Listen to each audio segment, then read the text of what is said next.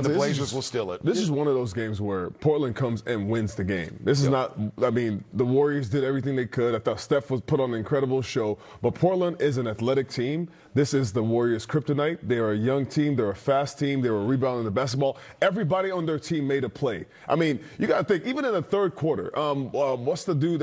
He kept trying to be, he was the aggressor, going against Jimmy Butler. He got an offensive foul on Draymond, got one on Trace Jackson-Davis. Sissoko? Yeah. Sissoko played well. Everybody on the team, on the Portland team, they were being more aggressive. They were doing all the little things. They were rebounding the ball. Klingon was blocking shots. He blocked that one on Steph Curry that took him out of rhythm. All these things are what they were doing, being more aggressive. On the other hand, the Warriors took a step back. It just felt like they were just watching Steph. And Steph is going to put on a show. But the best Warriors offense is when everybody is involved in a game. And I just felt like they towards the end of the game, it just became a Steph Curry show. They could kind of key that defense in on him. Yeah, it looks like the Warriors had 7 players in double figures. So they got the offense was not the problem. I think with the Portland Trailblazers tonight, in all 3 games against the Warriors, you know, tonight they get incredible performances from Avdija, Jeremy Grant, and Shaedon Sharpe. But as we're watching the game, you know, even that last play we showed with Draymond, to me, you should foul Draymond. Don't let Steph get the ball back. So they made a bunch of mistakes, but they didn't hang their heads. They're down 109-99. Looks like the game's almost over. They knocked down a few threes. So they're really resilient to a point where they're so young they don't even know better. And I think when they play the Warriors, they get so pumped up to play against Steph, Draymond, and Jimmy Butler that they really, you know, put their best foot forward. But I think the lack of hanging their heads, and those 3 guys put up some huge numbers. You know, when you shoot 50% from the field, 50 from 3, when those categories, you're 29th and 30th in the league, and this is the 3rd time around, that matchup is a problem. And to me, it's obviously size, athleticism, and speed and quickness. So they've already won the season series. They have another game left at Chase Center later on in the season. But as we mentioned, those 3 guys went crazy in the Warriors. They were up 11 in the third quarter. They were up 10 in the fourth quarter. And now they lead the NBA with the most losses when leading going into the final frame, the final 12 minutes. They've now blown 6 games. 6 games, folks. They surpassed the Washington Wizards, so they're not holding leads because teams get comfortable with the three-point shot. And it's become the great equalizer, Mully, in the NBA. When you can make those threes and get back into it, you can erase a 10-point lead in 30 seconds. Yeah, no question. I think that stat is a little diluted in this generation because of the three-point shooting, but it also does show, especially at the end of quarters, when the non-Steph Curry minutes, the fact that, you know, we've had so many starting lineups, which has been erratic, that bleeds to the bench. So the bench is not established either. So that lead that they have going into the fourth quarter, that's usually when Steph sits, is that bench connected. Like you mentioned, he took Steph and Draymond out. They went on a 6-0 run, but they weren't able to sustain that. Yeah, I mean, Steve went this time with, maybe he also sees the stat. So he went with Steph Curry starting the fourth quarter. And Steph goes on a heater. And offensively, the Warriors are clicking. Problem is, defensively tonight, they really struggled. They couldn't stop anybody. Shaedon Sharpe was getting to the rim. Avdija was getting to the rim. Jeremy Grant didn't even need to get to the rim. He was getting fouled, but he was just standing at the three-point line and getting those shots. Fourth quarter, they turned the heat up. They were also getting all the 50-50 balls. Those things right there are I think, these are things that the Warriors need to work on. At the end of the game, it's about who wants it more. In those situations, they got to be able to get those offensive rebounds. And maybe in this time, they're just a smaller team, and they weren't able to get to it because the Portland Trailblazers are just the more athletic team. You mentioned Sharpe, Grant, Avdija. They were combined 30 of 56 from the floor, well over 50%. And we look at the first 27 games for the Golden State Warriors, they're now under 500. And we've seen what's happened over the last 4 seasons when they've had a slow start, 14-13, 13-14. They've been consistent at being 500 over the last 4 seasons to start the year. Now we're through 33% of the season. And as Mully always quotes the great Yogi Berra, it gets late early out here. Now, you are what your record says you are. They made it to the Western Conference semifinals last season, but they lost in 5 because they had to play playoff games essentially from the start of February. The year before that, they missed the playoffs as they lost to the Kings up at the Go-to-One Center in the play-in tournament. So, Fezzi, I don't know where to go here. 13-14, they'll have another few days off. The schedule is eased up on the Golden State Warriors. Now you get a Phoenix team where Dillon Brooks and company, they're no easy out. I mean, there are no easy wins in the West. I mean, you could go up and down. Portland Trailblazers are one of the worst ones in the division. And look how tough this game was. Every team in the West is going to be stacked. They have young athletes. If not anything, they're athletic. They're fast. They're going to come in excited to play against the Warriors because of the core who have been so successful here. They want to play against Steph, Draymond, and Jimmy. This team right now is still trying to find its identity. The Warriors are. You've had so many different starting lineups. We've talked about guys in and out of the rotation. Steve Kerr still searching to find people who can get stops at the end of games. Right now, that's the biggest thing I've seen so far is that whenever you have a problem, the Warriors have something that they're always trying to plug. If it's turnovers, it's points in the paint, it's trying to stop people on the floor. There's just always something that they're still trying to find their identity of what they can call to every night on the floor. Yeah, and I think there has been a fluctuation of different problems that pop up on different games. But I think the consistent problem has been size, speed, and quickness, and athleticism. So to me, that needs to be addressed. How do you do that with the lineup, with the roster that you have right now? Do you go back to Jonathan Kuminga? I mean, strictly from a matchup physically, say with the Jeremy Grant. I mean, is there more guy fit on the Warriors roster to match up with a guy like him or Shaedon Sharpe? Or, last year they were kind of hanging around where they were right now, and they made that trade for Jimmy Butler. I think that's what I need to see. That type of 23-8 run from when Jimmy Butler arrived. Mm-hmm. Not only the record, but with the style of play looked like they established an identity. They figured out how to use Steph's motion and rhythm and flow game with Jimmy's isolation game. That hasn't happened this year. For some reason, that hasn't clicked the way it did last year.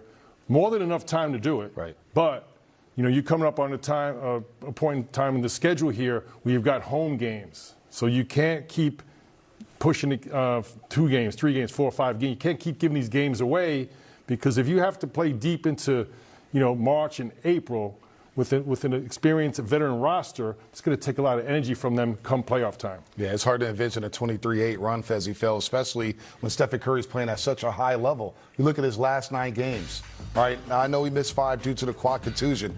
He's putting up all NBA numbers, Fezzi, 34 a game, shooting over 50% from the floor, 43.5 from 3. I mean, you don't want these performances to go to waste. And so now the Warriors are 4-5 on the season when he scores at least 30 in a basketball game. And he's out here surpassing Michael Jordan and breaking records. But let's look at what he did tonight again. 33 to 48 in the second half. He still has it, Fezzi. 16 to 26 from the floor. He's lit up the Portland Trail Blazers. When he sees Portland, he goes crazy. Well, heck, when he sees anybody in an NBA uniform, he goes crazy. 48 big ones for the Chef, 3 rebounds, 2 assists, 3 steals. One of the most exciting players to watch in the NBA, Bonte. Steph Curry is it. He's scoring more than the point a minute. He's a bucket every time he's on the floor. You have to watch him with the basketball, without the basketball. You saw him coming off of screens. You saw him running in transition. You see him, running around trying to set his teammates up. He did everything offensively tonight. I even saw him at the end of the game taking charges. So Steph is doing everything. And part of him playing at this high level is what gives us confidence to say this team has a chance to make some noise in the playoffs. When Steph is healthy, when Steph is playing like this, you feel like you just got to put the pieces around him to make a run. And right now the Warriors have been trying to figure out how do they play with this gravity. And they haven't had the success consistently to do that. They've been able to win games against top opponents where Steph has had these hellacious numbers. But now it's like this is a lot of heavy weight on Steph and no production in terms of wins. So you got to figure out a way to get other guys involved. Draymond had 14 points tonight in the first half. Nothing in the second half. You got to give Portland a lot of credit for shutting that off. They got to find other guys to get involved. When Steph is going off like this, there is a gravity that's created. Other guys got to also get involved in the game and take advantage of that. Yeah, I mean, it was such an incredible performance tonight, Bonte. You mentioned he just passed Michael Jordan as the most 40-point games. After turning 30. I mean, that's an incredible list right there, and Steph's number 1 on that list. And I was anticipating a win, and I was going to, if we got Steph, I was going to ask him about playing in Portland. Right, he seems to love that gym, but I'm like, that's a dumb question because he loves every gym. It doesn't really matter. So what I was really going to ask him, and what I always watch when I watch Steph, because making shots, how many times do you fall off your chair when you almost every night? Mm-hmm. But I watch the way he's moving. I mean, his movement off the ball, getting separation, so impressive. And he just missed 9 games. So in my mind, he's fresh. Right, he got healthy. He was able to take care of his body. That's what you want at the end of the season. You don't want to have him do this. Yeah. It's not even Christmas yet. So if we do this from now till April Fool's Day, you know what I'm saying?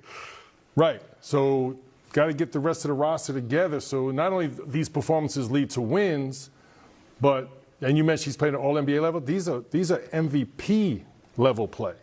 So really trying to take advantage of this, Steph's performances, but getting situated around him is so important. And for some reason, I can't put my finger on it. I go back to that 23-8 record with Jimmy Butler.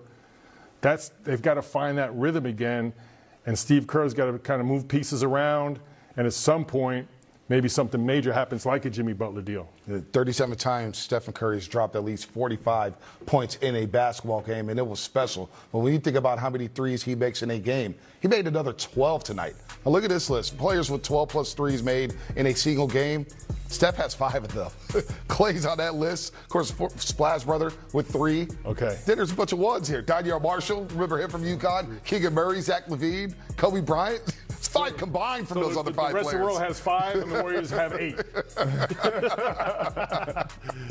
That's the Splash Brothers. So incredible, Fezzi. 12 of 18. And again, we would love to celebrate it. But they lost and fell under 500 because of the same things. No, you have to celebrate it. No, we will. We're still celebrating it, but the same things are plaguing them with the point of attack defense, the turnovers. But go ahead, guys. No, what I was going to say is, okay, we talk about the athleticism and quickness. That's who Steph's being guarded by. So he's dusting those guys off. Jeremy Grant, about 6'9", huge wingspan. He's chasing them all over the floor. You know he's number 1 on a scouting report. They know exactly where he's going. They can't stay with him. He's so clever. 1, 2, 3, and 4. That's what really amazes me. His movement off the ball and how quick and how much separation he still gets. I thought today was also, I love the way both Draymond and Steph play together. Obviously, starting off the game, a lot of plays off the ball, dribble handoffs, those things that they've had that chemistry for a long time. So having Draymond back in the lineup got him some easy shots to get going in the first half. Obviously, Steph can get his own shots, but Draymond being in there helps him get those easy shots so he can make shots at the end of the game and keep that momentum going. I love the fact that Steph is 37 years old.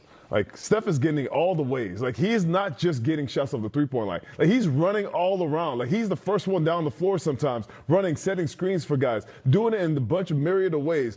I love that part for Steph, but I need the Warriors to match that intensity, too. You got to, when you have a guy playing at this level, I think the rest of the roster needs to follow suit. Yeah, 21 in the fourth quarter alone for Stephen Curry, the second 20-point quarter this season for the Chef. He's done it 44 times over the course of his career. But it wasn't enough against the Portland Trailblazers, who shoot 20 of 39 from the three-point line. They dropped 136 on the Dubs, and they beat them in all 3 matchups. We'll hear from Steve Kerr on the other side here on Toyota Warriors Postgame Live. Toyota Warriors Postgame Live is presented by Toyota, class-leading MPG and more hybrid models than any other brand. Toyota, let's go places.